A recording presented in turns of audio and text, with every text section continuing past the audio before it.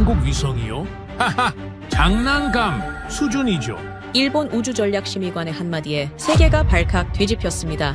러시아 접경 지역의 감시 공백이 하루에도 수십 번씩 발생하는 위기 속에서도 일본은 자국 로켓에 5번 연속 실패를 숨긴 채 한국을 조롱했고, 미국과 프랑스는 한국 따위는 검토할 가치도 없다며 회의에서 아예 제외시켰습니다. 하지만 단 48시간 뒤 나토 기획국장의 충격적인 고백에 모든 상식이 무너졌습니다. 대한민국의 위성 없이는 절대 러시아를 막을 수 없습니다. 도대체 무슨 일이 있었던 걸까요? 유럽 전역을 충격에 빠뜨린 누리호에 담긴 진짜 가치, 지금 시작합니다. 구독과 좋아요로 대한민국의 힘찬 미래를 함께 응원해주세요. 한국 위성이요. 지금 농담하시는 거죠? 잭슨 콜턴의 목소리가 화상화면 너머로 들렸습니다. 우주 안보는 미국이 책임지고 있습니다. 검증도 안 된 아시아 국가의 장난감을 나토 정찰망에 올린다는 건 동맹에 대한 모독이에요. 2025년 11월 28일 밤, 브뤼셀 나토 본부 사무실에 홀로 남아 회의록을 정리하던 저는 엿새 전 그 장면을 떠올렸습니다. 우주정찰 분과 정기회의였죠. 회의실 정면 스크린엔 위성 커버리지, 지도가 떠 있었고, 빨간색으로 표시된 감시 공백 지역이 유독 동부전선에 집중되어 있었습니다. 저는 헬레나 포겔, 나토 우주정찰 정보기획국장입니다. 독일 출신으로 25년째 위성 정보와 동맹 ISR 자산을 분석해왔죠. 베를린 장벽이 무너질 때 저는 대학생이었어요. 분단의 아픔이 무엇인지, 감시의 눈이 왜 중요한지 몸으로 배운 세대입니다. 그날 회의는 평소와 다르지 않게 시작됐습니다.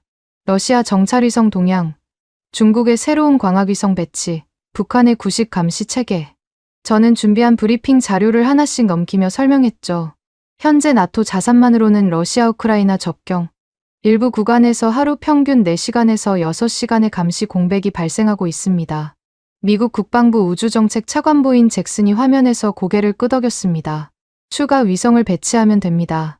내년 예산에 이미 반영되어 있어요. 그런데 발사는 언제죠? 동유럽 대표 중 한 명이 물었습니다. 우리 국경에선 매일이 급해요. 프랑스 방위우주국 피에르 라크루아가 끼어들었죠. 유럽 우주국도 새로운 정찰위성 프로젝트를 준비 중입니다. 아리안 로켓으로 발사할 예정이고요. 그것도 2년 뒤 아닙니까? 폴란드 대표가 날카롭게 지적했어요. 바로 그때였습니다. 회의가 거의 끝나갈 무렵, 폴란드 출신 분석관 루카스 노바크가 조용히 일어나더니 각 대표단 자리에 인쇄물을 하나씩 올려놓기 시작했어요. A사 한 장짜리 메모였죠. 저도 받아서 읽어봤습니다. 간단한 숫자들이 적혀 있었어요. 한국 차세대 중형위성의 해상도가 상업 최고 수준인 30cm급에 근접했다는 것. 그리고 한국이 며칠 뒤인 11월 27일에 누리호 4차 발사를 앞두고 있다는 내용이었죠. 첫 운용 발사로 위성 13기를 600km 궤도에 올릴 계획이라고 했습니다. 루카스, 이게 무슨 의미입니까? 제가 물었어요. 한국이 우리가 생각하는 것보다 훨씬 앞서 있다는 뜻입니다. 루카스가 노트북을 열었습니다. 제가 간단한 시뮬레이션을 돌려봤는데요. 한국 위성을 우리 커버리지에 추가하면 동부전선 감시 공백을 상당 부분 메울 수 있습니다. 잭슨의 표정이 굳어졌어요. 그건 가정일 뿐입니다. 한국 위성의 실제 성능도 모르면서 우리는 이미 한국 장비를 쓰고 있습니다. 폴란드 대표가 조심스럽게 말했어요. K2 전차 1000대, 천무 다연장 로켓 200여 대가 우리 국경을 지키고 있죠. 3년 전 계약할 때도 다들 반대했지만 지금은 어떻습니까? 러시아 T-90을 압도하고 있잖아요. 발트 3국 대표 중 한 명도 거들었습니다. 우리도 한국 자주포 K9을 운용 중입니다. 정확도와 신뢰성에서 독일제를 넘어섰어요. 지상에서 믿을 만하다면 우주에서도 검토해볼 가치는 있지 않을까요? 피에르가 코웃음을 쳤습니다. 무기 하나 잘 만든다고 우주 강국이 되는 건 아닙니다. 위성과 발사체는 차원이 다른 기술이에요. 맞는 말씀입니다. 루카스가 침착하게 대답했죠. 하지만 한국은 08m급 비구명 광학거울도 국산화했습니다. 일본도 하지 못한 일이죠. 회의장이 술렁거렸습니다. 사토 켄타 일본 우주전략심의관의 얼굴이 붉어졌어요. H3 발사체는 일시적인 문제일 뿐입니다. 한국 기술을 과대평가하지 마십시오. 과대평가인지 아닌지는 직접 봐야 알 수 있지 않겠습니까? 루카스가 자기 자리로 돌아가며 말했습니다. 데이터가 모든 걸 말해줄 겁니다. 회의는 그렇게 애매하게 끝났어요. 잭슨과 피에르는 한국 자료를 디타 참고 항목으로만 다루자고 주장했죠. 하지만 동유럽과 북유럽 대표들의 표정은 달랐습니다. 그들은 루카스의 메모를 신중하게 접어서 가방에 넣었어요. 러시아 접경 지대의 감시 공백을 줄일 수 있는 가능성이라면 무엇이든 검토해야 한다는 절박함이 눈빛에 묻어났습니다. 회의실을 나와 제 사무실로 돌아왔을 때 저는 깊은 고민에 빠졌습니다. 책상 위엔 나토 동부전선 커버리지 지도가 펼쳐져 있었어요. 빨간색 공백 지역이 마치 상처처럼 보였죠. 미국과 유럽 자산만으로는 분명한 한계가 있었습니다. 특히 벨라루스 국경 일부 구간은 24시간 연속 감시가 불가능했어요. 루카스가 남기고 간 추가 자료를 열어봤습니다. 한국의 우주개발 연표가 정리되어 있었어요. 2009년 나로호 첫 발사 실패, 2013년 성공, 2022년 누리호 첫 발사, 그리고 이제 4차 발사. 불과 15년 만에 자력 발사 능력을 갖췄다는 겁니다. 한국이 정말 그런 기술을 가지고 있을까? 저는 중얼거렸습니다. 창밖을 내다봤어요. 브뤼셀의 가로등 불빛이 반짝이고 있었죠. 이 평화로운 풍경 뒤에 얼마나 많은 위성이 돌고 있을까요? 그리고 그 위성들이 놓치고 있는 건 무엇일까요? 사실 한국에 대한 제 인식은 명확했어요. 좋은 제조국, 신뢰할 만한 방산 파트너. 하지만 그뿐이었습니다. 우주와 정찰이라는 전략적 핵심 분야를 맡기기엔 너무 이르다고 생각했죠. 미국과 유럽이 수십 년간 쌓아온 체계를 왜 굳이 바꿔야 하는지 이해가 안 됐습니다. 그런데 폴란드 대표의 말이 자꾸 맴돌았어요. 러시아 T-90을 압도하고 있다. 실제로 우크라이나 전장에서 폴란드군이 운용하는 K2 전차의 성과는 놀라웠습니다. 나토 정보 보고서에도 여러 번 언급됐죠. 처음엔 다들 의심했지만 이제는 인정할 수밖에 없는 현실이 됐습니다. 회의록 초안을 작성하기 시작했습니다. 의례적인 문구들을 적어 내려갔죠. 그러다 손이 멈췄어요. 여백을 보다가 저는 펜을 들었습니다. 그리고 작게 적었죠. 대한민국. 이 단어를 공식 문서에 올릴지 말지는 아직 결정하지 못했습니다. 하지만 무시할 수도 없었어요. 휴대폰이 울렸습니다. 루카스였죠. 국장님, 한 가지 더 알려드릴 게 있습니다. 한국 광학 거울을 연마한 사람이 누군지 아십니까? 글쎄요. 어떤 회사겠죠? 아닙니다. 박노식이라는 기술자 한 명이 2년 동안 손으로 갈았다고 합니다. 자동화 설비도 실패한 영역을 말이죠. 머리카락 굵기의 5,000분의 5 수준까지 매끈하게 연마했대요. 믿기 어려웠습니다. 21세기에 손으로 우주 장비를 만든다니.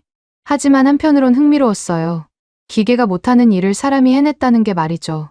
한국 자산에 대한 현장 검증 시찰단 구성을 검토한다. 저는 회의록 말미에 이 문장을 조심스럽게 적어 넣었습니다. 공식 제안은 아니었어요. 단지 가능성을 열어두는 정도였죠. 하지만 이 한 줄이 앞으로 무엇을 의미하게 될지 그때는 알지 못했습니다. 책상 서랍을 열어 자료들을 정리했습니다. 그 안에는 누리호 발사 일정표도 있었어요. D-3일의 총조립 완료, D-2일의 발사대 이동, D-1일의 추진제 충전, 그리고 11월 27일 0시 55분 발사 예정. 갑자기 궁금해졌습니다. 한국 사람들은 이 발사를 어떻게 바라보고 있을까요? 그들에게도 이게 단순한 로켓 발사 이상의 의미일까요? 제 머릿속엔 두 개의 지도가 겹쳐졌습니다. 하나는 지금의 나토 커버리지 지도, 미국과 유럽이 중심에 있고 아시아는 변방인 지도죠. 다른 하나는 루카스가 그린 새로운 지도, 한국이라는 작은 점이 추가되면서 빨간색 공백이 줄어든 지도였습니다. 세 번째 축. 저도 모르게 말이 나왔어요. 미국이 첫 번째, 유럽이 두 번째라면 한국이 세 번째 축이 될 수 있을까요? 동맹의 빈 곳을 메우는 새로운 파트너가 될 수 있을까요? 답을 찾으려면 직접 가봐야 할 것 같았습니다. 나로호 우주센터와 대전 연구소. 지도에도 제대로 표시되지 않은 그곳에서 무슨 일이 벌어지고 있는지 두 눈으로 확인해야겠다고 생각했죠. 나토 본부 상황실 대형 화면에 잭슨 콜턴의 얼굴이 떴습니다. 미국 국방부 전쟁실을 배경으로 한 그의 표정은 평소보다 훨씬 굳어 있었어요. 11월 23일 오후 우주정찰분과 후속 회의가 시작되자마자 그는 단도직입적으로 말했습니다. 한국 문제를 다시 꺼낸다면 동맹의 일체감이 깨질 겁니다. 우주 안보는 미국이 70년간 지켜온 영역이에요. 갑자기 검증도 안 된 아시아 국가를 끌어들인다. 그건 우리가 쌓아온 신뢰 체계를 무너뜨리는 일입니다. 저는 회의 테이블 끝에서 그의 발언을 듣고 있었습니다. 전날 밤 제가 회의록에 적어둔 대한민국이라는 단어가 자꾸 떠올랐죠. 그 작은 이름 하나가 이렇게 큰 파장을 일으킬 줄은 몰랐습니다. 피에르 라크루아가 거들었어요. 프랑스 방위우주국 국장인 그는 서류 더미를 책상 위에 쿵 하고 내려놓았습니다. 여기 유럽 우주산업 현황이 있습니다. 아리안 스페이스, 탈레스 알레니아, 에어버스 디펜스. 이들이 고용하는 인원만 15만 명이 넘어요. 한국까지 끌어들이면 이 사람들의 일자리가 위협받습니다. 일자리 얘기를 하는 겁니까? 안보 얘기를 하는 겁니까? 폴란드 대표가 날카롭게 물었죠. 분위기가 급속도로 냉각됐습니다. 저는 중재를 시도했어요. 먼저 데이터를 보고 판단하는 게 어떨까요? 루카스, 준비한 자료가 있다고 했죠? 루카스 노바크가 일어섰습니다. 그는 노트북을 열더니 화면에 동유럽 지도를 띄웠어요. 현재 러시아 벨라루스 국경 일부 구간에서 나토 자산만으로는 24시간 연속 감시가 불가능합니다. 하루 평균 4시간에서 6시간의 공백이 생기죠. 지도 위에 빨간색으로 표시된 구간들이 선명하게 보였습니다. 특히 폴란드와 리투아니아 국경 지대가 심각했어요.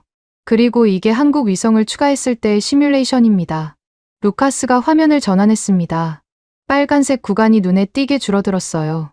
완전히 사라진 건 아니었지만 절반 가까이 감소한 게 분명했죠. 동유럽 3개국이 이미 K2 전차와 천무 다연장 로켓 등 한국 방산 장비를 도입했습니다. 계약 건수만 해도 20건이 넘죠. 지상에서 검증된 신뢰성을 우주로 확장하는 건 자연스러운 수순입니다. 발트 3국 대표 중 한 명이 자기 앞에 놓인 서류를 들어보였어요. 우리 국경 수비대가 작성한 보고서입니다. 한국제 장비 도입 이후 러시아의 도발이 40% 감소했어요. 억지력이 작동한 겁니다. 노르웨이 대표도 입을 열었습니다. 북극 항로 감시도 마찬가지예요. 러시아 쇠빙선과 잠수함 움직임을 추적하려면 더 많은 눈이 필요합니다. 잭슨이 화면 속에서 손을 들었어요. 그래서 미국이 추가 위성을 준비하고 있다고 했잖습니까? 내년 예산도 확보됐고요. 내년이면 늦습니다. 에스토니아 대표가 조용히 말했죠. 우크라이나 상황을 보세요. 전쟁은 기다려주지 않아요. 피에르가 다시 끼어들었습니다. 한국 광학 거울이 08m라고요. 운용 경험도 없는 기술을 어떻게 믿습니까? 유럽은 수십 년간 검증된 시스템을 보유하고 있어요. 검증된 시스템이 왜 동부전선 감시 공백을 못 메우고 있죠? 루카스가 반문했습니다. 잭슨의 목소리가 더 거세졌어요. 이건 기술 문제가 아닙니다. 동맹의 정체성 문제예요. 나토는 대서양 동맹입니다. 태평양 국가를 핵심 파트너로 끌어들이면 우리가 누구인지 혼란스러워질 겁니다. 한국이 태평양 국가라고요? 폴란드 대표가 비웃듯 말했습니다.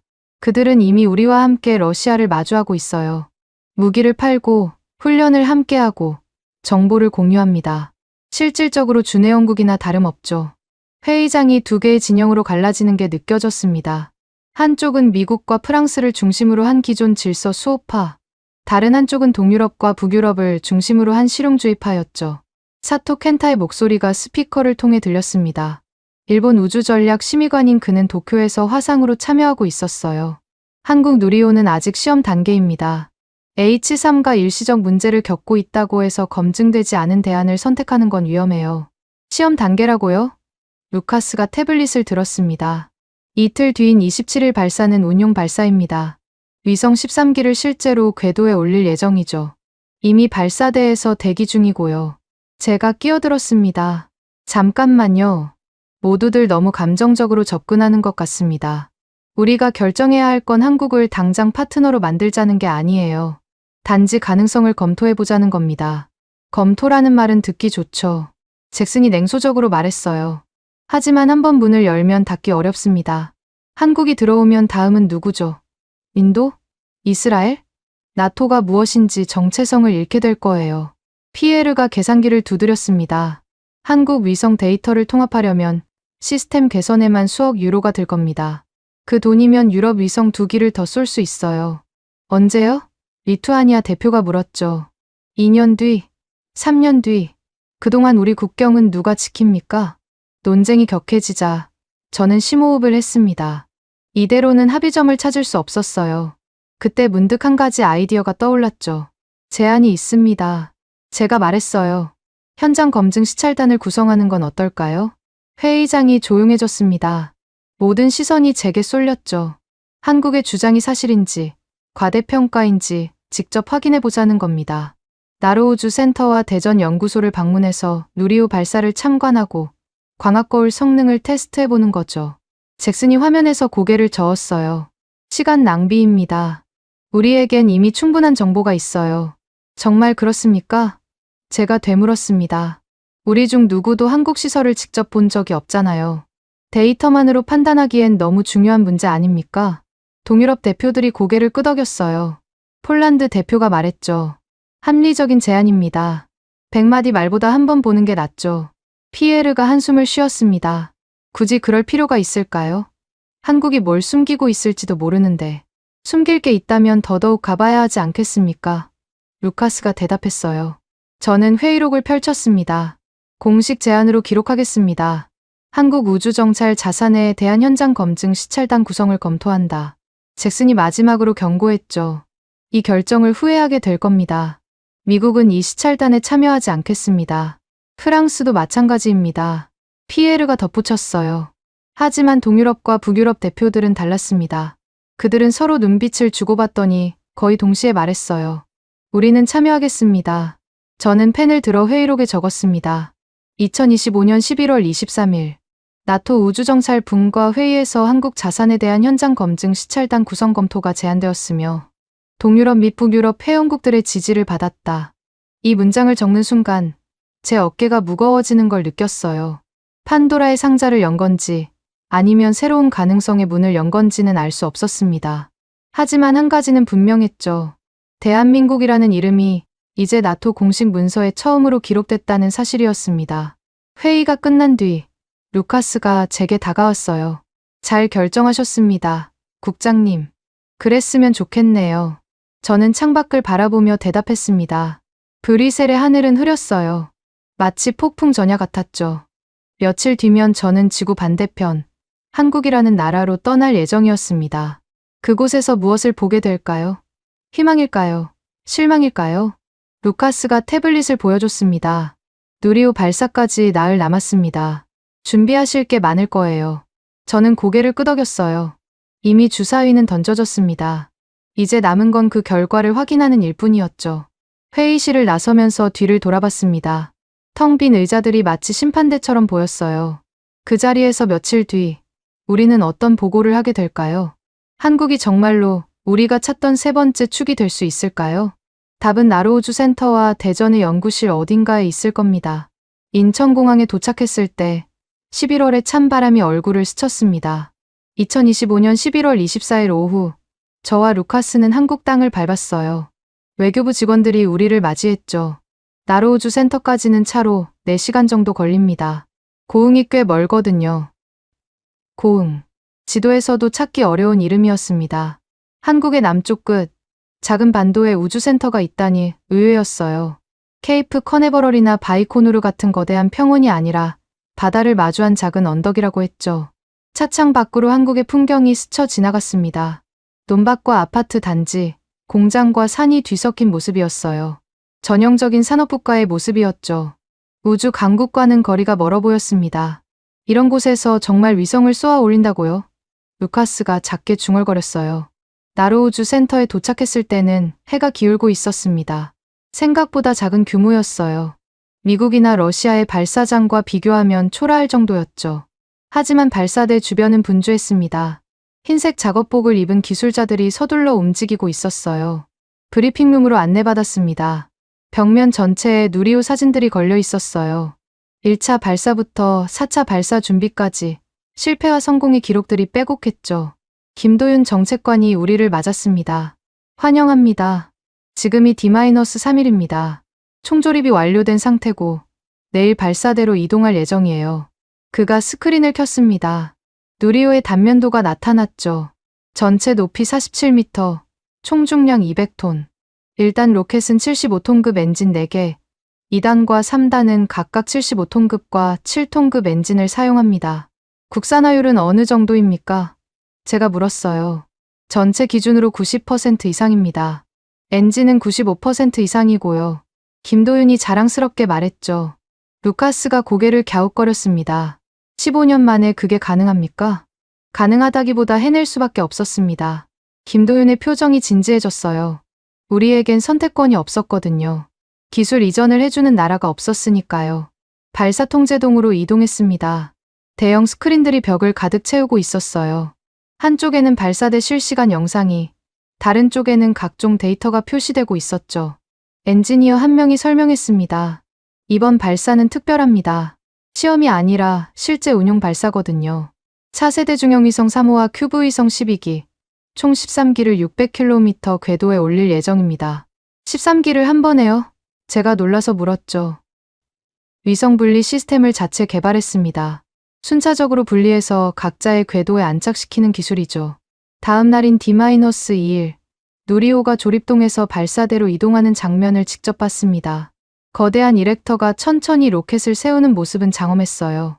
기술자들이 엄빌리컬 타워에 연결 작업을 하는 동안 저는 묘한 감정을 느꼈습니다. 이 작은 나라가 정말로 우주로 가는 길을 스스로 개척했다는 사실이 실감나기 시작했거든요. 저녁에는 대전으로 이동했습니다. 한국의 과학 도시라고 하더군요. 위성광학연구센터는 언덕 위에 자리 잡고 있었어요.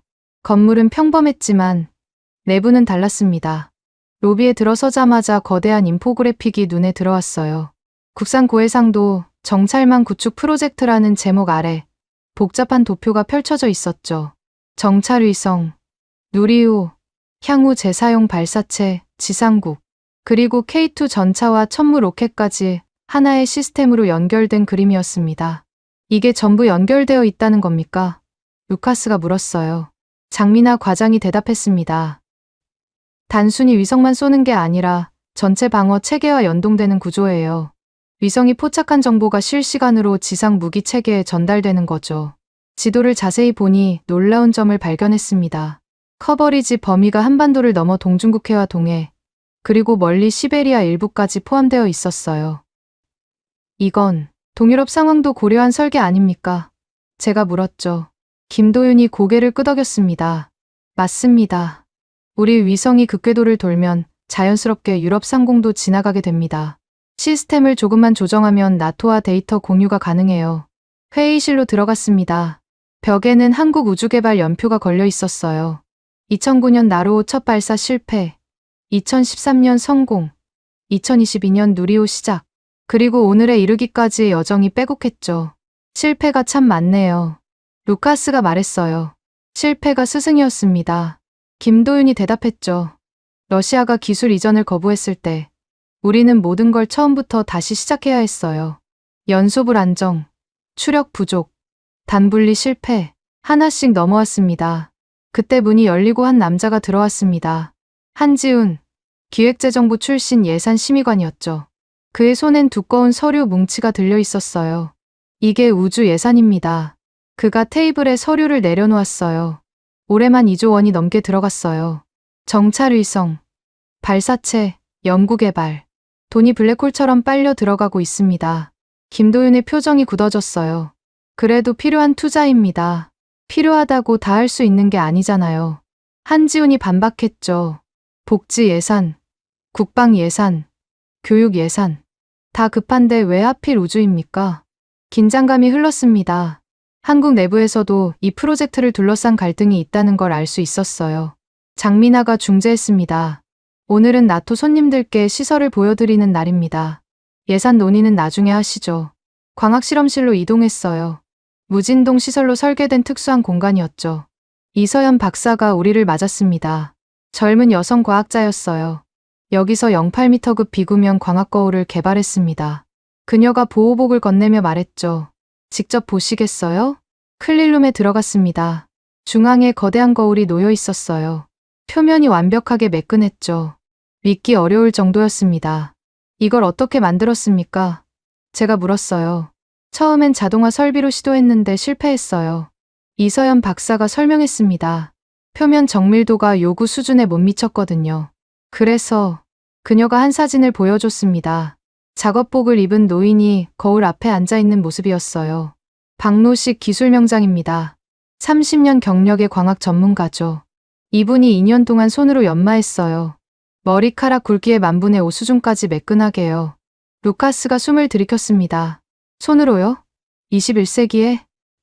때로는 사람의 손이 기계보다 정밀합니다. 이서연 박사가 미소 지었어요.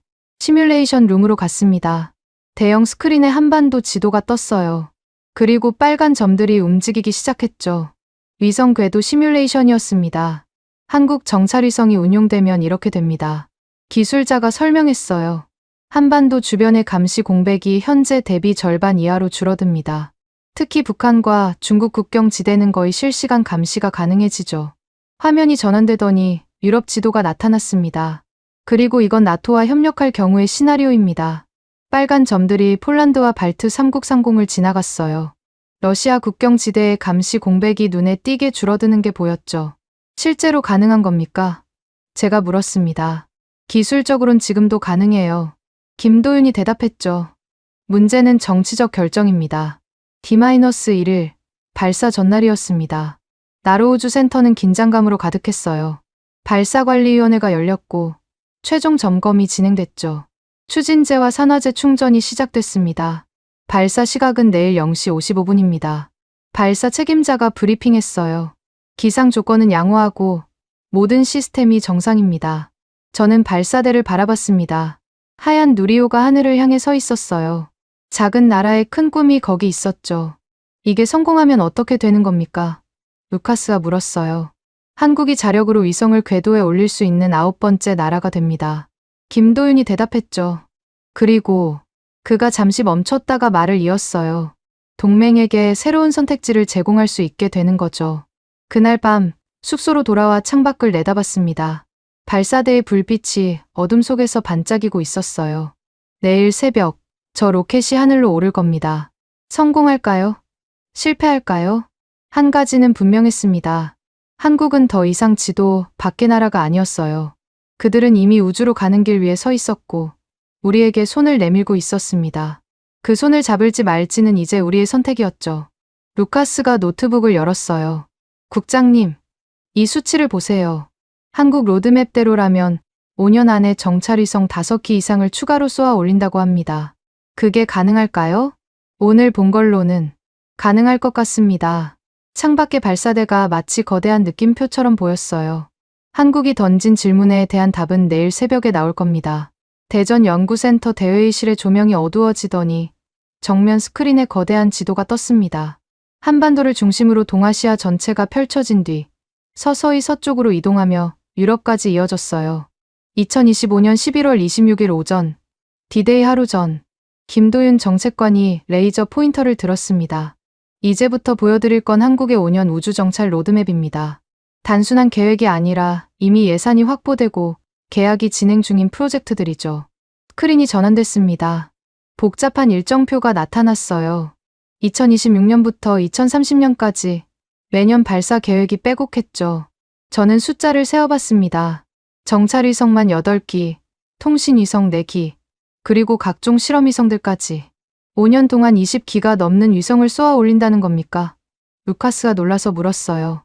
최소한의 목표입니다. 장미나 과장이 대답했죠. 재사용 발사체가 2028년에 완성되면 발사 비용이 절반 이하로 떨어집니다. 그때부터는 연간 6회 이상 발사가 가능해요. 한지훈이 끼어들었습니다. 물론 예산이 감당된다면 말이죠. 위성 한 기당 1,000억 원, 발사 한 번에 500억 원. 계산해 보셨습니까?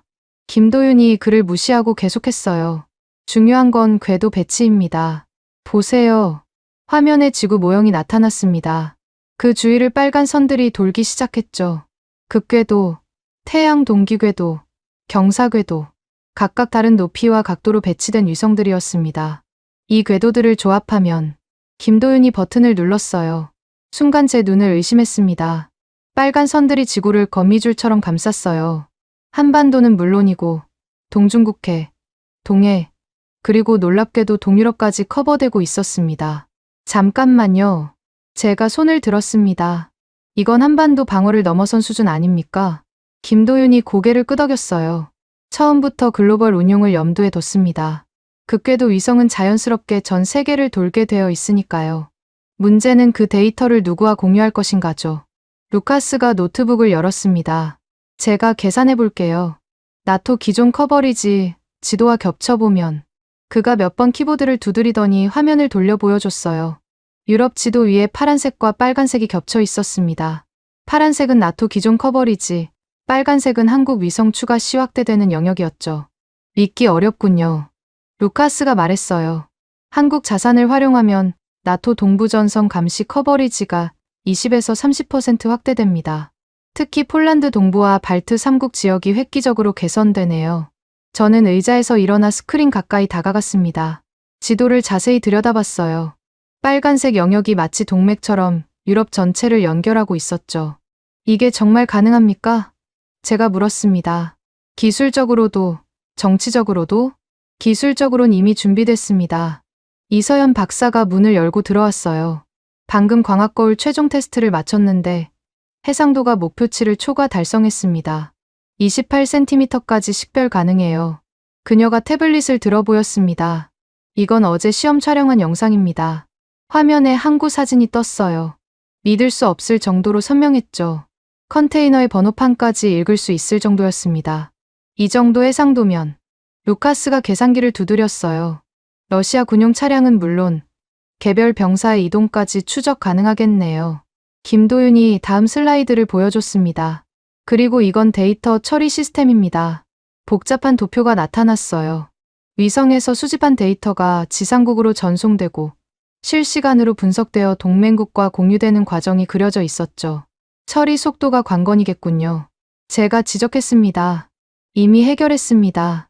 이서연 박사가 대답했어요. AI 기반 영상 분석 시스템을 개발했거든요.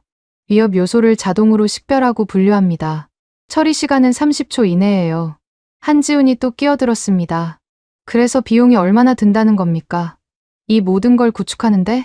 김도윤이 한숨을 쉬었어요. 한 심의관. 이건 비용의 문제가 아닙니다. 안보의 문제예요. 안보도 결국 돈입니다. 한지훈이 서류를 펼쳤어요. 5년간 총사업비가 10조 원을 넘어갑니다.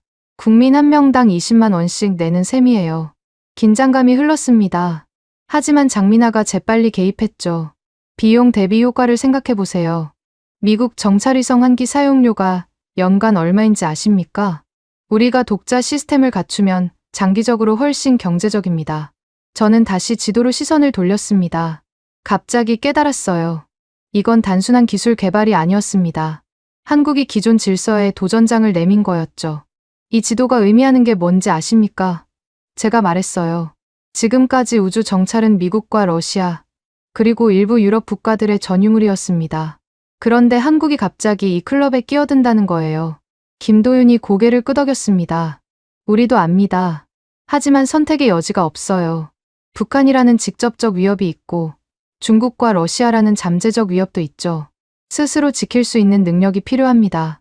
그리고 동맹국들과 공유할 의향도 있다는 거군요. 루카스가 말했어요. 당연합니다.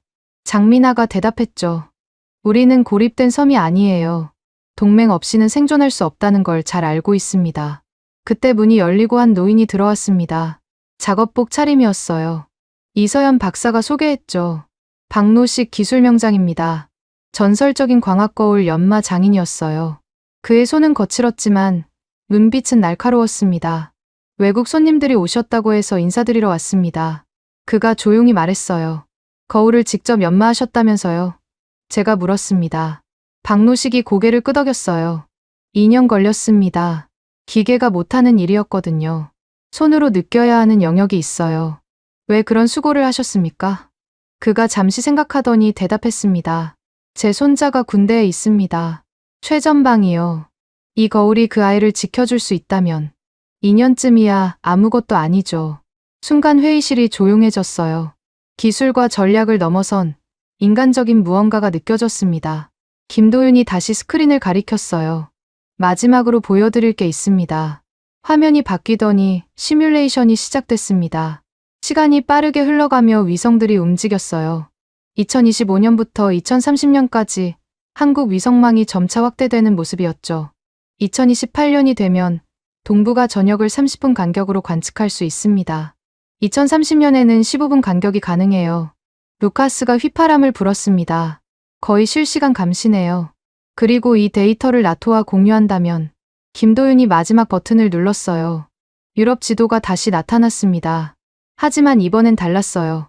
빨간색 공백 지역이 거의 사라져 있었죠. 동부전선 전체가 촘촘한 감시망으로 덮여 있었습니다. 이게 우리가 제안하는 미래입니다. 김도윤이 말했어요. 한국과 나토가 함께 만드는 새로운 안보 구조요. 저는 충격을 받았습니다. 평생 미국과 유럽 중심의 지도만 봐왔는데 갑자기 아시아의 작은 나라가 판 전체를 바꾸겠다고 나선 거였으니까요. 이걸 미국이 받아들일까요? 제가 물었어요. 받아들이지 않으면 러시아와 중국에게 뒤처질 겁니다. 장민아가 단호하게 말했죠. 한지훈이 마지막으로 한마디 했어요.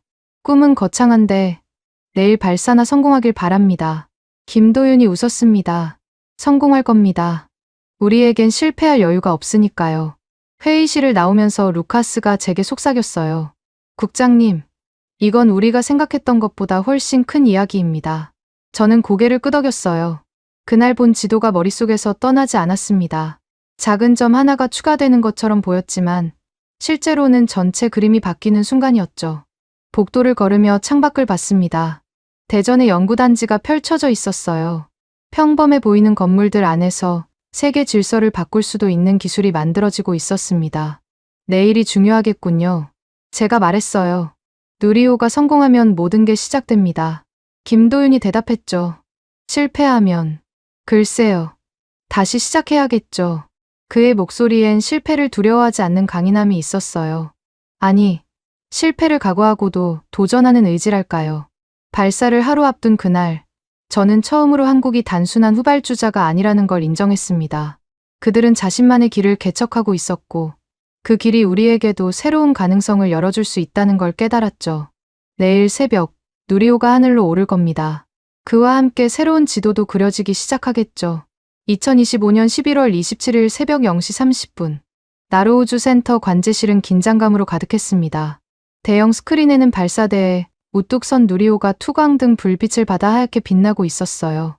저와 루카스는 VIP 관람실에서 숨을 죽이고 지켜보고 있었죠. 발사 25분 전입니다.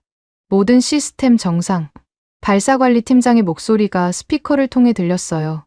김도윤이 옆에서 설명했습니다. 지금 최종 점검 중입니다. 추진제와 산화제 충전은 완료됐고 곧 자동 발사 시퀀스가 시작될 거예요.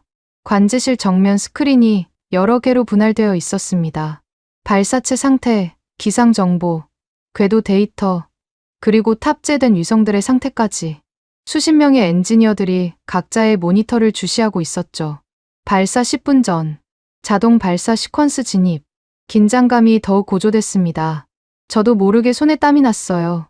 이 순간이 한국의 우주 개발뿐 아니라 나토의 미래에도 영향을 미칠 수 있다는 생각에 심장이 빨리 뛰었죠. 발사 5분 전, 엄빌리컬 타워 후퇴 준비.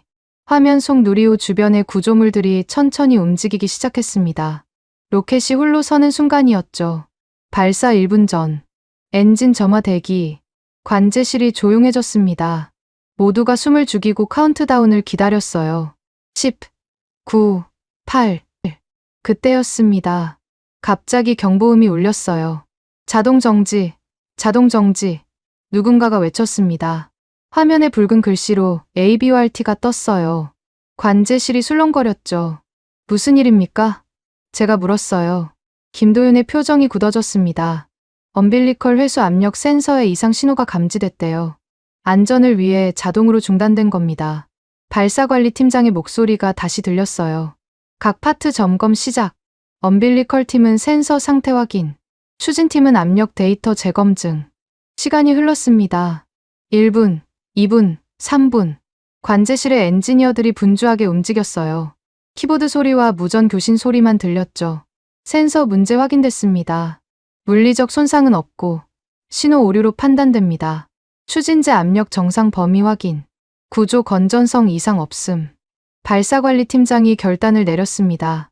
센서 바이패스 후 수동 전환. 재발사 절차 준비. 루카스가 제게 속삭였어요. 이렇게 빨리 결정을 내려도 되는 겁니까? 김도윤이 대답했습니다. 모든 상황에 대한 시나리오가 준비돼 있어요. 수백 번의 시뮬레이션을 거쳤죠. 지금도 정해진 프로토콜에 따라 움직이는 겁니다. 정확히 18분이 지났을 때 발사관리팀장이 선언했습니다. 문제 해결 완료. 01시 13분 발사로 재설정. 다시 카운트다운이 시작됐어요. 이번엔 더 조심스럽게, 하지만 확실하게 진행됐죠. 발사 30초 전. 저는 숨을 참았습니다. 10, 9, 8, 7, 6, 5, 3, 2, 1. 점화. 순간 발사대 아래에서 거대한 화염이 솟구쳤습니다. 누리호가 천천히, 아주 천천히 상승하기 시작했어요. 그리고 점점 속도가 붙었죠. 정상 이륙. 모든 엔진 정상 작동. 관제실에서 박수가 터져 나왔지만 곧 다시 조용해졌어요. 아직 끝난 게 아니었으니까요. 고도 1km 통과. 속도 마하 0.8. 화면에 누리호의 비행 궤적이 실시간으로 그려졌습니다. 계획된 경로를 정확히 따라가고 있었어요. 맥스큐 구간 진입. 최대 동압 지점입니다. 김도윤이 설명했어요. 가장 위험한 순간이에요. 공기 저항이 최대가 되는 지점이죠. 몇 초가 영원처럼 느껴졌습니다. 맥스큐 통과. 모든 시스템 정상. 안도의 한숨이 나왔어요. 1단 분리 준비. 1단 분리. 화면에서 로켓의 아래 부분이 떨어져 나가는 게 보였습니다. 2단 엔진이 점화됐어요. 2단 엔진 정상 점화. 고도 60km. 시간이 흘렀습니다. 2단 비행. 2단 분리. 3단 점화. 모든 과정이 교과서처럼 진행됐어요. 고도 580km. 목표 궤도 진입 임박. 그리고 마침내 궤도 진입 성공. 고도 600km 확인. 관제실이 환호성으로 가득 찼습니다. 엔지니어들이 서로 껴안고 악수를 나눴어요. 하지만 아직 하나 더 남아 있었죠. 위성 분리 시작. 차세대 중형 위성 3호. 분리 성공. 튜브 위성 1번. 분리 성공. 하나씩 13기의 위성이 모두 성공적으로 분리됐습니다. 총 비행시간 18분 25초. 완벽한 성공이었어요. 김도윤이 감격에 겨운 목소리로 말했습니다. 해냈습니다. 첫 운용 발사가 성공했어요. 루카스가 고개를 저었어요. 믿기 어렵군요. 문제가 생겼는데도 18분 만에 해결하고 발사를 강행하다니. 포기란 없었습니다. 김도윤이 대답했죠. 실패해도 다시 도전하는 게 우리 방식이에요. 몇 시간 후, 우리는 대전으로 이동했습니다. 이번엔 광학거울의 실제 성능을 확인할 차례였어요. 위성광학연구센터 시험실은 특별한 열기로 가득했죠. 발사 성공 소식에 연구원들의 사기가 하늘을 찌를 듯했습니다. 이서연 박사가 우리를 맞았어요. 타이밍이 완벽합니다. 방금 첫 시험 영상이 도착했거든요. 클린룸으로 들어갔습니다. 중앙에는 그 유명한 08m급 광학거울이 특수 케이스에 보관되어 있었어요. 박노식 장인이 거울 앞에 서 있었죠. 보시겠습니까? 그가 조용히 물었어요. 보호 커버가 열리자 완벽하게 연마된 거울 표면이 드러났습니다. 거울이라기보다는 예술품 같았어요. 표면에 단 하나의 흠도 보이지 않았죠. 이게 정말 손으로 연마한 겁니까? 제가 물었어요. 박노식이 고개를 끄덕였습니다. 730일입니다. 매일 8시간씩 갈았어요. 처음엔 다이아몬드 연마제로, 나중엔 세륨 옥사이드로, 마지막엔 거의 분자 수준까지 매끄럽게 만들었죠. 이서연 박사가 측정 데이터를 보여줬어요. 표면 거칠기가 0.05나노미터 이하입니다. 이론적 한계에 근접한 수치예요. 시험 영상실로 이동했습니다. 대형 스크린 2개가 나란히 설치되어 있었어요. 왼쪽은 우리 거울로 찍은 시험 영상입니다. 오른쪽은 나토가 사용 중인 상업 위성 영상이에요. 같은 지역, 같은 시간대를 비교해보죠. 화면이 켜졌습니다. 부산항의 모습이었어요. 하지만 선명도 차이는 압도적이었습니다. 왼쪽 영상에서는 컨테이너 위의 숫자까지 읽을 수 있었지만 오른쪽은 대략적인 형태만 구분됐죠. 확대해보겠습니다. 이서연 박사가 마우스를 클릭했어요. 화면이 점점 확대됐습니다. 한계점에 도달했을 때 왼쪽 영상은 여전히 선명했지만 오른쪽은 픽셀 덩어리가 됐어요. 해상도가 28cm까지 나옵니다. 이서연 박사가 설명했죠. 이론적으로는 자동차 번호판도 읽을 수 있는 수준이에요. 루카스가 숨을 들이켰습니다. 이건 군사 정찰위성 수준 아닙니까? 그보다 나을 수도 있습니다. 김도윤이 대답했어요. 다음 화면이 떴습니다. 이번엔 움직이는 영상이었어요. 고속도로를 달리는 차량들이 선명하게 보였죠. 개별 차량을 추적하는 게 가능했습니다. 동영상도 가능합니까? 제가 놀라서 물었어요. 초당 30프레임까지 가능합니다. 실시간 감시가 가능하다는 뜻이죠. 그때 한 연구원이 뛰어 들어왔습니다. 박사님, 방금 시뮬레이션 결과가 나왔습니다. 커다란 그래프가 화면에 떴어요. 복잡한 곡선들이 그려져 있었죠. 이게 뭡니까? 루카스가 물었어요. 연간 시험 데이터입니다. 이서연 박사가 설명했습니다. 누리호 엔진 연소 시험만 20회 이상, 중소형 엔진 포함하면 40회 가까이 됩니다. 그리고 이건 또 다른 그래프가 나타났어요. K9 자주포와 천무 다연장 로켓 개발 과정에서 축적된 반동 제어 기술입니다. 이걸 로켓 착륙 시스템에 응용했어요. 충격 흡수율이 기존 대비 35% 개선됐죠. 김도윤이 덧붙였습니다. 방산 기술과 우주 기술의 융합입니다. 서로 다른 분야처럼 보이지만 핵심 원리는 같거든요. 박노식 장인이 조용히 말했어요. 중요한 건 기술이 아닙니다. 그 기술을 왜 개발하는가죠. 우린 지키려고 만듭니다. 가족을, 나라를, 동맹을. 저는 그의 거친 손을 바라봤습니다. 2년간 거울을 갈며 생긴 흔적들이 선명했어요. 그 손이 만든 거울이 이제 우주에서 지구를 내려다보게 될 거였죠. 한 가지 더 보여드릴 게 있습니다. 이서연 박사가 다른 방으로 안내했어요. 그곳엔 거대한 홀로그램 테이블이 있었습니다. 3차원 지구본이 천천히 돌고 있었어요. 실시간 시뮬레이션입니다. 오늘 발사된 위성들의 현재 위치예요. 빨간 점들이 지구 주위를 돌고 있었습니다. 한반도 상공을 지나 시베리아로, 그리고 북극을 거쳐 유럽으로. 6시간 후면 폴란드 상공을 지납니다. 김도윤이 말했어요. 첫 유럽 관측 데이터를 받게 되는 거죠. 루카스가 흥분된 목소리로 말했습니다. 이걸 우리와 공유할 수 있다는 겁니까? 기술적으론 지금도 가능합니다. 장민아가 대답했죠. 정치적 결정만 남았어요. 저는 홀로그램 지구를 바라보며 생각에 잠겼습니다. 몇 시간 전 하늘로 솟구친 로켓이 이제 현실이 됐어요. 한국은 더 이상 우주 개발의 관망자가 아니었습니다. 그들은 이제 플레이어였죠. 성능은 충분히 확인했습니다. 제가 말했어요. 이제 남은 건 어떻게 활용할 것인가죠. 김도윤이 미소 지었습니다. 그건 나토가 결정할 문제입니다. 우린 준비됐으니까요. 시험실을 나오면서 뒤를 돌아봤습니다. 박노식 장인이 여전히 거울 앞에 서 있었어요. 자신의 작품을 바라보는 그의 눈빛엔 장인의 자부심이 가득했죠. 오늘 저는 두 가지를 목격했습니다. 새벽의 불꽃과 거울의 빛. 하나는 하늘로 솟구쳤고 하나는 하늘에서 내려다볼 준비를 마쳤죠. 한국의 성능은 의심의 여지가 없었습니다. 이제 우리가 답해야 할 차례였어요. 2025년 11월 28일 오전 9시. 브뤼셀 나토 본부 제 사무실로 돌아왔을 때 책상 위엔 서류 더미가 쌓여 있었습니다. 한국 출장 사흘 동안 밀린 업무들이었죠. 하지만 저는 그것들을 옆으로 밀어놓고 노트북을 열었습니다. 지금 써야 할 건 다른 보고서였으니까요. 한국 우주정찰 자산 현장 검증 결과 보고서. 제목을 적고 나서 잠시 멈췄습니다. 이 보고서가 나토의 미래를 바꿀 수도 있다는 생각에 손가락이 키보드 위에서 머뭇거렸어요. 창밖을 내다봤습니다. 브뤼셀의 흐린 하늘이 제 마음처럼 무거워 보였죠. 문이 열리고 루카스가 들어왔습니다.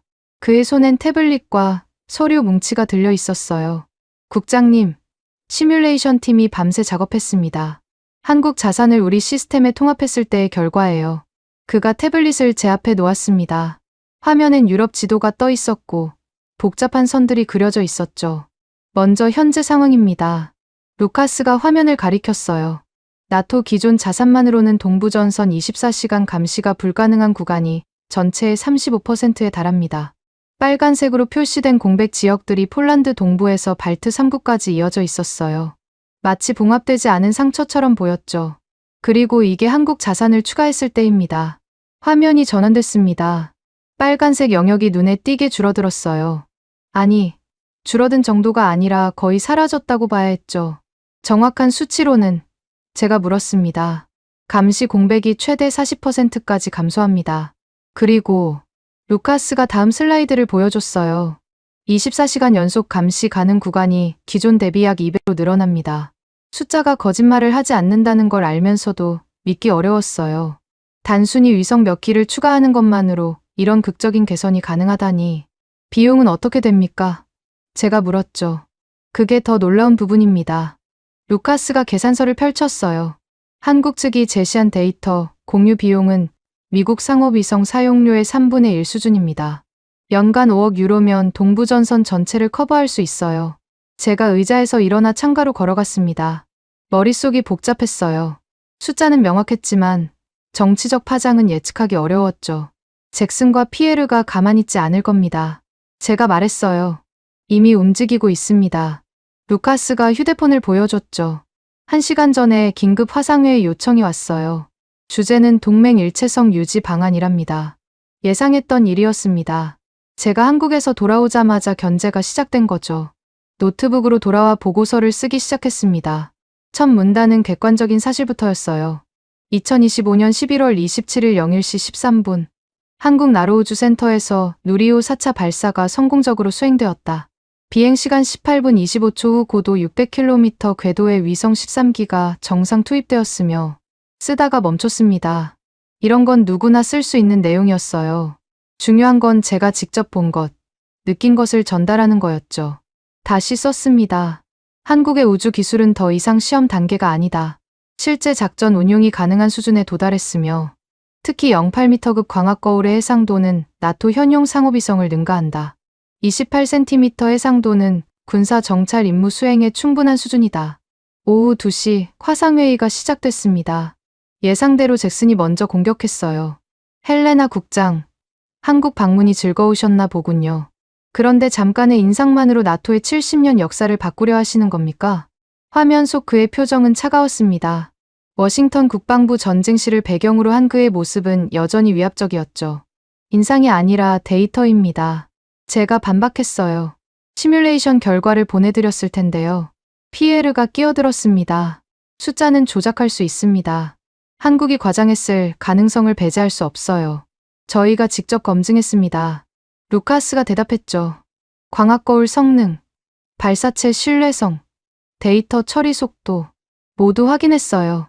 그래도 운용 경험이 없잖습니까? 잭슨이 목소리를 높였어요. 우주 정찰은 기술만으로 되는 게 아닙니다. 수십 년의 노하우가 필요해요. 동유럽 대표들이 화면에 나타났습니다. 폴란드 국방부 차관이 발언했죠. 노하우라고 하셨습니까? 그럼 왜 우리 국경엔 아직도 감시 공백이 있는 겁니까? 미국의 수십 년 노하우는 어디에 있죠? 분위기가 험악해졌습니다. 저는 중재를 시도했어요. 모두들 진정하시죠. 우리는 같은 동맹입니다. 목표도 같아요. 안보 강화죠. 방법이 문제입니다. 피에르가 말했어요. 유럽 우주산업이 이제 막 궤도에 오르고 있는데 갑자기 아시아 국가를 끌어들이면 시장이 왜곡됩니다. 시장보다 안보가 우선 아닙니까? 발트 3국 대표가 반문했죠. 논쟁이 계속되는 동안 저는 조용히 보고서를 계속 썼습니다. 정치적 싸움과 별개로 사실은 기록되어야 했으니까요. 한국의 5년 로드맵에 따르면 2030년까지 정찰위성 8기 이상, 통신위성 4기를 추가 발사할 예정이다. 이들 위성이 모두 운용되면 동북아에서 유럽까지 이어지는 연속적인 감시망 구축이 가능하다. 그때 노르웨이 대표가 새로운 자료를 화면에 띄웠습니다. 이걸 보십시오. 어제 러시아 북방함대 잠수함이 북극해에서 포착됐습니다. 우리 위성은 놓쳤지만 일본 정보당국이 알려줬어요. 만약 한국 위성이 있었다면 루카스가 재빨리 계산했습니다. 해당 시간대에 한국 위성이 그 지역을 지났을 겁니다. 포착 확률 90% 이상이에요. 잭슨이 한숨을 쉬었어요. 그렇다고 해서 계속 놓칠 겁니까? 폴란드 대표가 날카롭게 물었죠. 우크라이나를 보세요. 정부 실패가 얼마나 큰 대가를 치르게 하는지. 침묵이 흘렀습니다. 우크라이나 전쟁은 모두에게 아픈 기억이었으니까요. 제가 입을 열었습니다. 한 가지 제안이 있습니다. 모두의 시선이 제게 쏠렸어요. 한국을 세 번째 축이라고 부르는 게 부담스러우시다면 다른 표현을 쓰면 어떨까요? 보완적 파트너 정도로요. 표현을 바꾼다고 본질이 달라집니까? 잭슨이 비꼬듯 말했어요. 본질은 같지만 접근이 달라집니다. 제가 설명했죠. 한국이 미국이나 유럽을 대체하는 게 아니라 보완한다는 거예요. 빈 곳을 메우는 역할이죠. 동유럽 대표들이 고개를 끄덕였습니다. 타협점을 찾은 것 같았어요. 하지만 피에르는 여전히 반대했습니다. 보완이든 뭐든 결국 예산이 분산되는 건 마찬가지입니다. 아니면 효율이 높아지는 거죠. 루카스가 반박했어요. 같은 예산으로 더 넓은 지역을 감시할 수 있으니까요. 회의는 결론 없이 끝났습니다.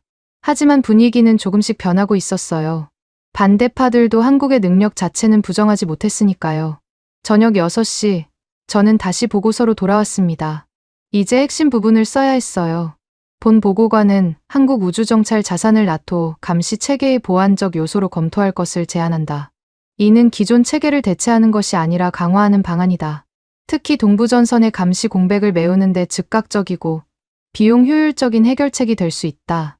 쓰고 나서 잠시 고민했습니다. 보완적이라는 표현이 너무 소극적인가? 아니면 적절한 타협인가? 루카스가 새로운 데이터를 가져왔어요. 국장님, 방금 한국에서 연락이 왔습니다. 오늘 오후 발사된 위성이 첫 유럽 상공을 통과했대요. 테스트 영상을 보내왔습니다. 화면에 사진이 떴습니다. 폴란드 동부 국경 지역이었어요.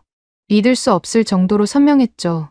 도로를 따라 이동하는 군용 차량들, 국경 검문소의 세부 구조까지 보였습니다. 이 정도 품질이면 저는 말을 멈췄어요. 우리가 놓치고 있던 모든 걸 볼 수 있습니다. 루카스가 대답했죠. 보고서의 마지막 단락을 쓰기 시작했습니다. 한국과의 협력은 선택이 아니라 필요다. 급변하는 안보 환경에서 나토는 모든 가능한 자산을 활용해야 한다. 한국은 이미 준비되어 있으며 우리의 결정만을 기다리고 있다. 비용 대비 효과를 고려할 때 한국은 현 시점에서 최선의 동맹 자산 후보다. 마지막 문장을 쓰고 나서 한참을 망설였습니다. 최선의 동맹 자산 후보라는 표현이 너무 강한가? 창밖을 내다봤습니다. 브뤼셀의 저녁 하늘이 붉게 물들고 있었어요. 독일이 분단되었을 때 우리는 미국의 도움으로 버텼습니다. 이제 한국이 비슷한 상황에서 우리에게 도움을 제안하고 있는 거였죠. 결국 저는 그대로 두기로 했습니다. 때로는 진실을 그대로 쓰는 게 최선이니까요. 보고서 말미에 서명을 하면서 무거운 책임감을 느꼈습니다. 이 보고서가 나토 내부에서 어떤 파장을 일으킬지 예측할 수 없었어요. 하지만 한 가지는 분명했죠. 더 이상 한국을 무시할 수는 없다는 사실이었습니다. 밤 9시 보고서를 최종 검토했습니다. 데이터, 분석, 제안, 모든 게 들어있었어요. 이제 남은 건 나토 지도부의 결정이었죠. 전송 버튼을 누르는 순간 묘한 감정이 들었습니다. 제가 방금 보낸 건 단순한 보고서가 아니었어요. 나토의 미래 지도를 다시 그리자는 제안이었으니까요. 루카스가 커피를 가져왔습니다. 고생하셨습니다, 국장님. 이제 시작일 뿐입니다. 제가 대답했어요. 후회하지 않으시겠죠? 저는 잠시 생각하다가 고개를 끄덕였습니다. 숫자가 말해주잖아요. 이게 옳은 길이라고. 그날 밤, 저는 사무실에 늦게까지 남아 있었습니다. 책상 위엔 한국에서 가져온 자료들이 펼쳐져 있었죠. 누리호 발사 사진, 광학거울 측정 데이터, 그리고 새로운 지도.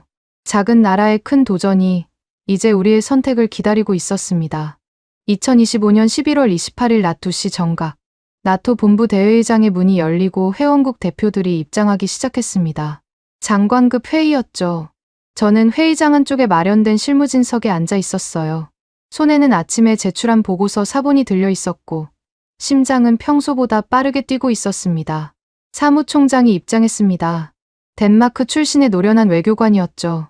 그의 손엔 서류 뭉치가 들려 있었는데 제일 위에 제 보고서가 보였어요. 그가 단상에 오르자 회의장이 조용해졌습니다. 오늘은 나토의 미래 방향을 논의하는 중요한 날입니다. 사무총장이 말문을 열었어요. 특히 우주정찰 분야에서 새로운 가능성이 제시됐습니다. 미국 국방장관이 먼저 손을 들었습니다. 사무총장님, 혹시 한국 문제를 거론하시려는 겁니까? 우리는 이미 충분히 논의했다고 봅니다. 충분하지 않았습니다. 폴란드 국방장관이 즉각 반박했죠. 동부전선의 현실을 워싱턴은 모르시는 것 같군요. 긴장감이 흘렀습니다. 사무총장이 손을 들어 조용히 시키고 말을 이었어요. 헬레나 포겔 국장이 현장 검증 보고서를 모두 읽어보셨을 겁니다. 데이터는 명확합니다. 한국 자산을 활용할 경우 나토 동부전선 감시 공백이 최대 40%까지 감소할 수 있다는 분석이죠. 프랑스 국방장관이 고개를 저었습니다. 숫자만 믿고 결정할 순 없습니다. 정치적, 전략적 고려가 필요해요. 그래서 더욱 검토가 필요한 겁니다. 사무총장이 대답했어요. 그는 잠시 멈췄다가 준비한 성명문을 들어 올렸습니다. 회의장이 숨죽였어요. 본인은 나토 사무총장으로서 다음과 같이 제안합니다. 대한민국과의 우주정찰 분야 협력 가능성을 공식적으로 검토하는 실무그룹을 구성하겠습니다. 순간 회의장이 술렁거렸습니다. 공식적으로라는 단어가 갖는 무게를 모두가 알고 있었으니까요. 동유럽 대표들이 서로 눈빛을 주고받았습니다. 에스토니아 대표가 먼저 박수를 치기 시작했어요. 조용한 박수였지만 곧 라트비아, 리투아니아, 폴란드 대표들이 따라했습니다. 북유럽 국가들도 동참했죠. 잭슨 콜턴이 화상 화면에 나타났습니다. 그의 표정은 굳어 있었어요. 사무총장님, 이건 성급한 결정입니다. 동맹의 정체성이 흔들릴 수 있어요. 동맹의 정체성은 변하지 않습니다. 사무총장이 단호하게 말했죠. 단지 능력이 확장되는 것뿐입니다. 피에르가 일어섰습니다. 유럽 우주산업계의 우려를 무시하시는 겁니까? 무시하는 게 아니라 포용하는 겁니다. 사무총장이 대답했어요. 한국과의 협력이 유럽 기업들에게도 새로운 기회가 될 수 있습니다. 노르웨이 국방장관이 발언했습니다. 북극 항로 감시 문제를 다시 말씀드리고 싶습니다. 어제도 러시아 핵잠수함이 포착됐지만 우리 자산으로는 추적이 불가능했어요. 한국 위성이 있었다면. 가정은 그만합시다. 미국 국방장관이 짜증스럽게 말했죠. 가정이 아니라 계산입니다. 루카스가 실무진석에서 일어났어요. 한국 위성 궤도 데이터를 분석한 결과 해당 시간대 포착 확률은 93%였습니다. 사무총장이 성명문을 계속 읽었습니다. 실무그룹은 다음 사항을 검토할 예정입니다. 첫째, 한국 정찰위성 데이터의 나토 시스템 통합 가능성. 둘째, 비용 대비 효과 분석. 셋째, 단계적 협력 방안. 그가 잠시 멈추고 회의장을 둘러봤어요. 그리고 이것은 한국을 나토 우주정찰 협력 검토 대상으로 공식 기록하는 첫 사례가 될 것입니다. 바로 그 순간이었습니다. 나토 76년 역사상 처음으로 아시아 국가가 핵심 협력 검토 대상으로 공식 언급된 순간이었죠. 같은 시각, 대한민국 대전의 위성광학연구센터 구내식당은 점심시간이었습니다. TV에선 정규 방송이 흐르고 있었죠. 연구원들이 식판을 들고 줄을 서 있을 때 갑자기 속보 자막이 떴어요. 나토, 한국과 우주정찰 협력 공식 검토 발표. 식당이 순식간에 조용해졌습니다. 모두가 TV를 향해 고개를 돌렸어요. 이서연 박사가 식판을 든 채 화면을 응시했고 젊은 연구원들은 서로 눈빛을 주고받았죠. 뉴스 앵커가 말했습니다. 나토 사무총장은 오늘 브뤼셀에서 열린 장관급 회의에서 한국의 정찰위성과 발사체 기술을 공식 검토하겠다고 밝혔습니다. 전문가들은 한국 위성이 나토 동부전선 감시 공백을 최대 40%까지 줄일 수 있다고 분석하고 있습니다. 박노식 장인이 구석 테이블에 조용히 앉아 있었어요. 그는 평소처럼 묵묵히 식사를 하고 있었지만 화면에 광학거울이라는 자막이 나타나자 숟가락을 멈췄습니다. 그의 시선이 TV에 고정됐죠. 특히 한국이 자체 개발한 08m급 광학거울은 기자의 목소리가 이어졌어요. 옆자리의 젊은 연구원이 박노식에게 말했습니다. 명장님 작품이 세계적으로 인정받는 날이 왔네요. 박노식은 아무 말 없이 TV를 바라봤습니다. 하지만 그의 눈가가 살짝 촉촉해진 걸 주변 사람들은 놓치지 않았어요. 2년간 홀로 거울을 갈던 그 시간이 이제야 의미를 갖게 된 거였죠. 브뤼셀로 돌아가서 회의는 계속됐습니다. 실무그룹 구성은 언제부터입니까? 독일 국방장관이 물었어요. 즉시 시작합니다. 사무총장이 대답했죠. 헬레나 포겔 국장이 그룹을 이끌 예정입니다. 저는 놀라서 일어섰어요. 사무총장님, 현장을 직접 확인한 사람이 적임자라고 봅니다. 그가 제게 시선을 보냈어요. 동의하십니까? 무거운 책임이었지만 피할 수 없었습니다. 동의합니다. 미국 국방장관이 마지막 저항을 시도했어요. 이 결정을 재고해 주시기 바랍니다. 워싱턴은 매우 우려하고 있습니다. 워싱턴의 우려는 이해합니다.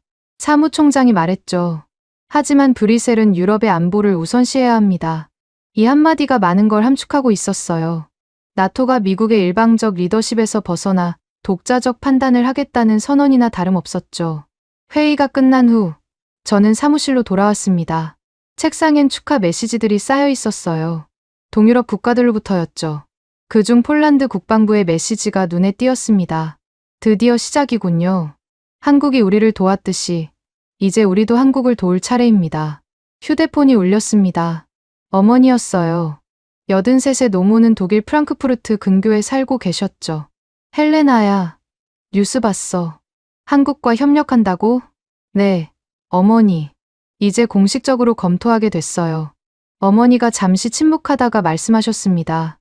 내가 젊었을 때 베를린 장벽 너머를 볼 수 없어서 얼마나 답답했는지. 아니, 가족이 저편에 있는데도 소식을 알 수 없었지. 기억해요, 어머니. 한국도 분단국가라고 들었어. 그들이 만든 눈이 전쟁을 막는다면 그게 어느 나라 기술이든 상관없잖니. 중요한 건 평화야. 어머니의 말씀이 가슴에 와닿았습니다. 분단의 아픔을 아는 사람만이 할 수 있는 말이었죠. 저녁 7시, 루카스가 급히 들어왔습니다. 국장님, 한국에서 실시간 데이터가 왔습니다. 방금 한국 위성이 우크라이나 동부를 지나갔어요. 화면에 영상이 떴습니다. 도네츠크 근방의 러시아군 집결지였죠. 차량 한 대 한 대가 선명하게 보였어요. 이 해상도라면 저는 숨을 들이켰습니다. 실시간 전술 정보로 활용 가능합니다. 루카스가 말했어요. 우크라이나군에게 이 정보가 있었다면 우리는 잠시 침묵했습니다. 과거는 바꿀 수 없지만 미래는 달라질 수 있었어요. 밤 9시, 저는 회의록과 보고서를 정리하고 있었습니다. 오늘의 결정을 문서로 남기는 작업이었죠. 2025년 11월 28일, 나토 사무총장은 대한민국과의 우주정찰, 협력 가능성을 공식 검토한다고 발표했다. 이는 나토 역사상 아시아 국가를 핵심 협력 검토 대상으로 공식 언급한 첫 사례다. 창밖을 봤습니다. 브뤼셀의 밤하늘엔 별이 보이지 않았어요. 도시의 불빛 때문이었죠. 하지만 저 구름 너머 우주엔 수많은 위성들이 돌고 있었습니다. 그중 일부는 이제 한국의 것이었고 곧 우리와 함께할지도 모르는 눈들이었죠. 휴대폰에 메시지가 왔습니다. 김도윤 정책관이었어요. 축하드립니다. 드디어 시작이네요. 한국은 준비되어 있습니다. 저는 답장을 보냈습니다. 우리도 준비하겠습니다. 함께 만들어갈 미래를 위해. 그날 밤 대전의 연구센터에선 야간 근무조가 일하고 있었습니다. 화이트보드엔 새로운 제목이 적혀 있었어요. 나토 공동시험 대비 체크리스트. 그 아래엔 항목들이 하나씩 추가되고 있었죠. 데이터 포맷 표준화, 보안 프로토콜 수립, 실시간 전송 테스트. 박노식 장인은 그날 저녁 늦게까지 광학실험실에 남아 있었다고 합니다. 그는 새로운 거울 연마 프로젝트를 시작했어요.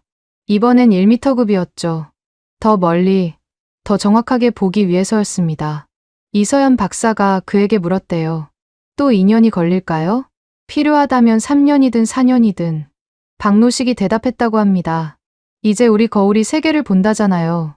그의 거친 손이 다시 거울을 쓰다듬기 시작했습니다.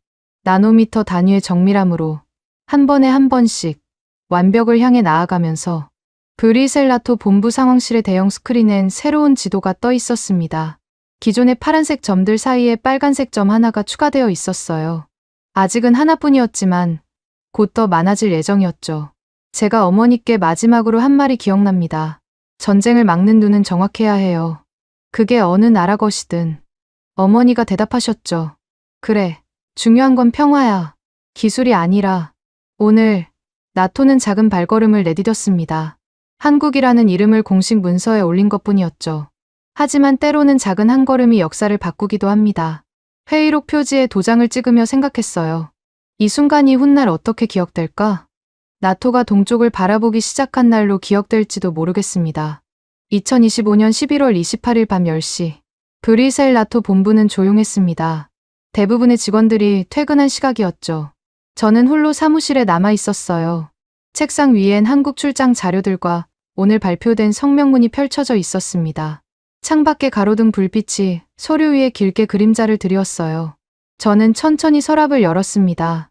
그 안엔 엿새 전 첫 회의 때 출력해둔 회의록 초안이 있었죠. 종이를 꺼내 펼쳤습니다.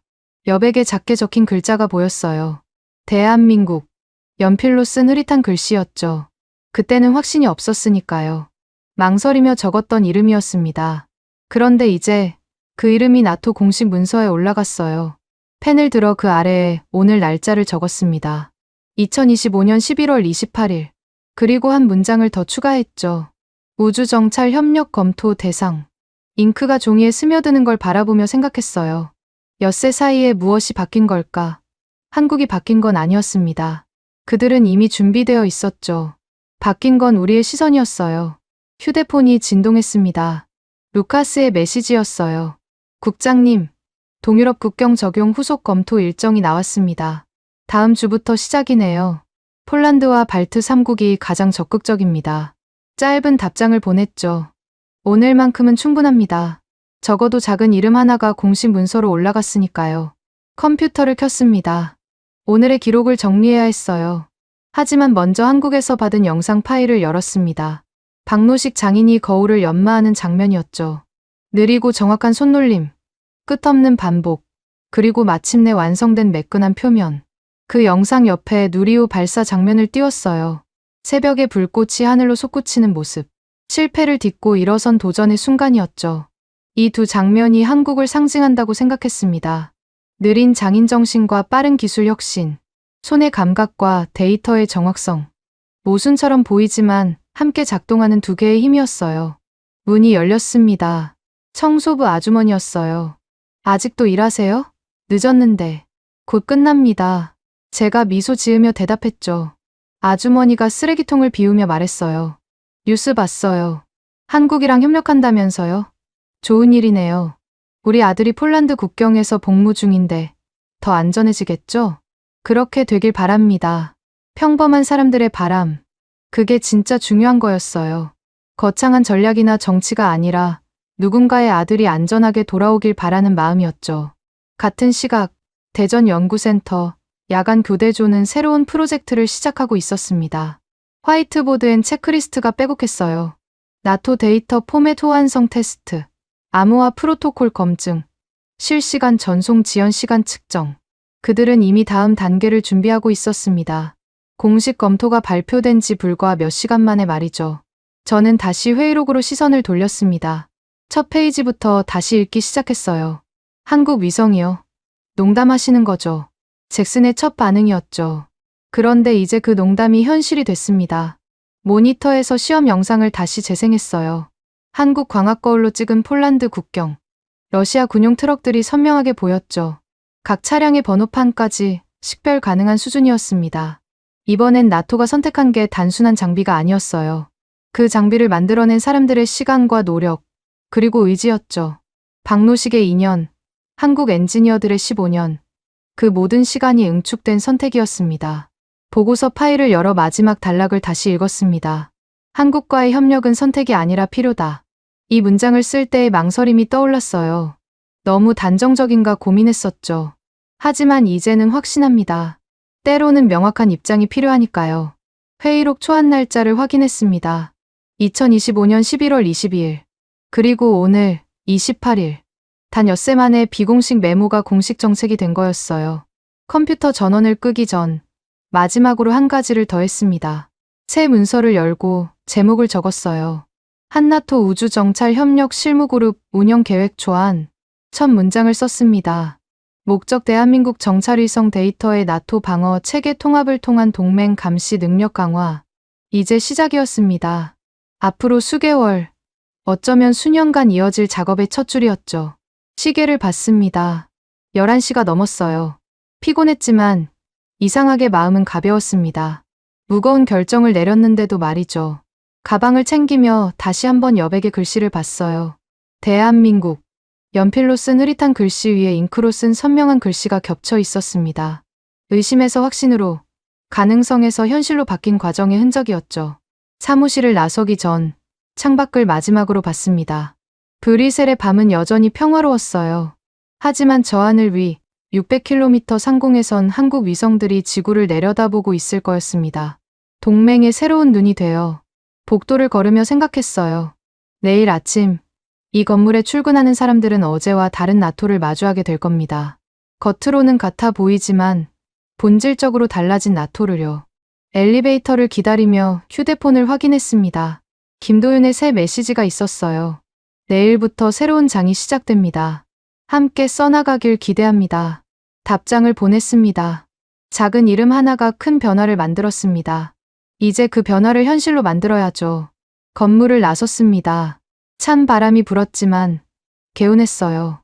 주차장으로 걸어가며 하늘을 올려다봤습니다. 구름에 가려 별은 보이지 않았지만 그 너머엔 분명 새로운 감시자들이 있을 거였어요.